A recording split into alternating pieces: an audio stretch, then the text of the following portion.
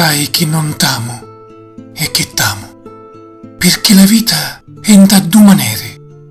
La parola è in ala dello silenzio, lo fuoco a una metà di freddo. Io t'amo per cominciare ad amarti, per cominciare di nuovo l'infinito, per non smettere mai d'amarti, perché esso non t'amo ancora. T'amo e non t'amo come se già avessi nelle mani le chiavi della gioia e nel navarato e sventurato destino.